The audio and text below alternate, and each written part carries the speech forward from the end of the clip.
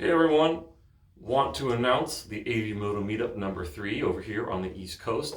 It is going to be featuring the North East BDR screening. The date is February 29th from 4:30 p.m. to 7 p.m. at Motorcycles of Dulles. On top of the screening, we have some really cool stuff. Motorcycles of Dulles is offering for the event only 15% off some ADV gear from Klim, Forma, Cardo, and more. It's a great chance to save. But on top of that, we've got some awesome prizes for the event. You have to be there to get them. Number one is this really sweet Klim hydration pack. Klim's also giving away some hats. We got a beanie, some sun hats, as well as some neck tubes. Those will go together.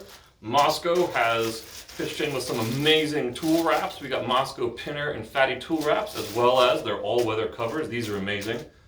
Rabaconda's pitched in with some serious heavy-duty tire irons, as well as axle tool spoon combos and chain breakers.